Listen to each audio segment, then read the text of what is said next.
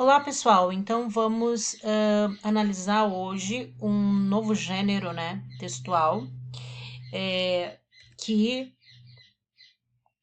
nós já utilizamos bastante, né?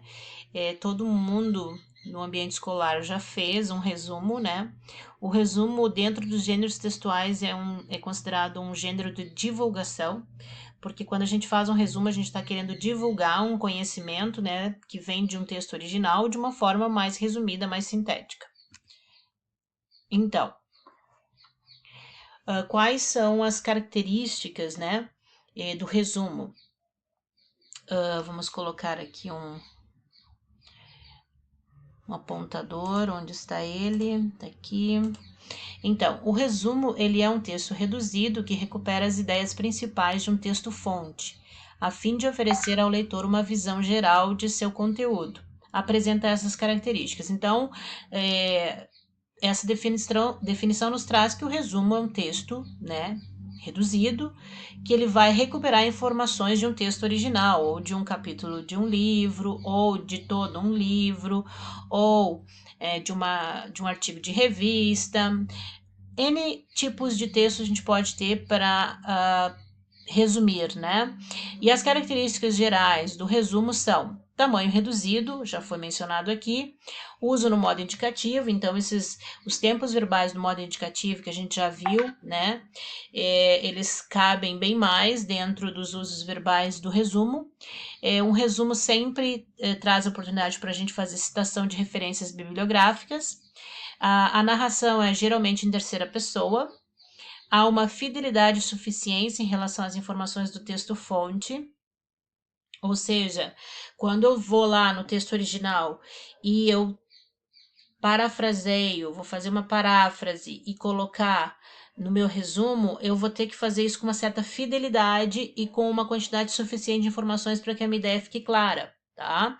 Então, quando eu leio o original, eu assimilo aquela informação, eu entendi aquela informação e vou escrever resumidamente com as minhas palavras o que eu aprendi, o que eu li, né, no texto original. A ausência de avaliações do narrador, então resumos não têm avaliação de narrador ou poderíamos até dizer do autor, né, do texto. Não há possibilidade de avaliações, de argumentações variadas e diversificadas, críticas, não, porque o objetivo é simplesmente reduzir aquele texto original, trazendo as ideias principais daquele texto original para uma forma mais objetiva, né, mais sintética. Esse é o objetivo do resumo. Há uma contextualização, então, alguns resumos, ou a maioria que a gente vai fazer, é interessante contextualizar. A ausência de interações com o leitor, não há oportunidades, né, num resumo, para que haja aqueles mecanismos linguísticos em que a gente faz um chamamento, um questionamento ao leitor. E a adaptação das marcas temporais, ou seja, a questão temporal ela vai ser um pouquinho tangenciada, ela vai ser, como eu posso dizer, ela vai ser de uma certa forma até eliminada, porque quando você traz as informações mais objetivas, querendo ser mais pontual, você não faz referência à questão de tempo, a menos que o tempo seja de fato uma informação relevante dentro daquele conteúdo que você precise fazer menções e utilizar marcadores temporais. Bom, o ponto de partida para fazer um bom resumo seria uma boa leitura. Então, como fazer um resumo? Não há um modelo acabado de resumo, pois ele depende de quem o solicita, do objetivo, do tipo e leitor a que é destinado. Então, aqui nós temos que não há um modelo de resumo, né? Porque ele vai depender das orientações, por exemplo, se é um professor que solicita no ambiente escolar, do objetivo da disciplina de história, do objetivo da disciplina de biologia, de português, de filosofia, de matemática, física, seja lá o que for. Então, tem um professor que vai solicitar, tem um objetivo específico, então, determinados conteúdos e apontamentos que vão ser feitos, e do tipo de leitor, né? No caso, se você faz dentro do ambiente escolar, o leitor é o professor, então você tem que ter todo um esmero para produzir o teu resumo, né? né? E aqui é destinado, né? O tipo eleitor aqui é destinado e do estilo pessoal do autor. Então, tu também tem um estilo, tem umas marcas linguísticas que tu já está acostumado a utilizar nos teus textos, tempos verbais ou até mesmo marcadores, conectores, que você já tem o hábito, já memorizou, já aprendeu e utiliza, isso faz parte do teu estilo. Então, essas coisas também têm que ser consideradas, né? É possível, contudo, traçar orientações gerais para a elaboração de um resumo. Mesmo assim, não tendo um modelo acabado e fixo, existe a possibilidade de nós termos algumas regras que vão nortear a produção de um resumo. Então, regras de redução de informações. A primeira delas é a supressão de informações. Uma regra prática para reduzir um texto é preservar as informações importantes e eliminar as redundantes ou irrelevantes.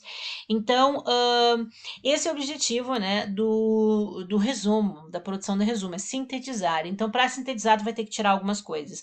Então, o ideal é que você tire os exemplos, as expressões explicativas intercaladas por vírgulas ou parênteses, né? Tudo que vier entre parênteses, tudo que vier entre vírgulas e que são explicações adicionais que podem ser retiradas, você pode, né, tirar, por exemplo, você está escrevendo o texto, lendo o texto e quando vem um ou seja, então nós temos ou seja e na continuação nós temos uma informação explicando. Isto é, por exemplo, né, o exemplo aí remete ao primeiro item que a gente vai suprimir, né?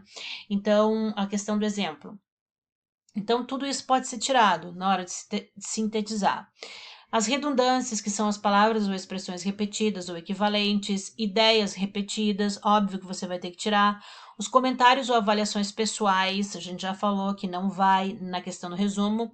E os detalhamentos, então você vai observar muito detalhe que aquele conteúdo começa a trazer, elimina. Quando temos uma enumeração de pessoas, propriedades, ações, etc., que se prestem a formar agrupamento, podemos escrever de uma só vez de todos os elementos, generalizando-as. Então, esse parágrafo aqui remete ao item 2 da generalização. Então, você tem suprimir informações no primeiro ponto, depois você vai fazer generalizações, ou seja, aqui, né, no caso de enumeração de pessoas, propriedades e ações, essas enumerações você pode então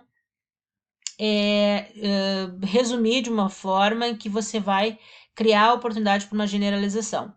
Assim, em vez de eliminar o trecho, é possível reduzi-lo, avaliando a importância das informações para o texto, decidimos sobre a conveniência de adotar um ou outro procedimento. Então, aí você está lá analisando, avaliando a importância das informações e você toma essas decisões, né, e faz as generalizações cabíveis de acordo com o que você acha a respeito daquele texto. Um terceiro ponto, então, dessas regras para síntese seria a identificação dos tópicos. Você vai selecionar as ideias principais e o quarto é combinação desses tópicos, né? Então, observe os tópicos levantados, alguns deles tratam das mesmas questões.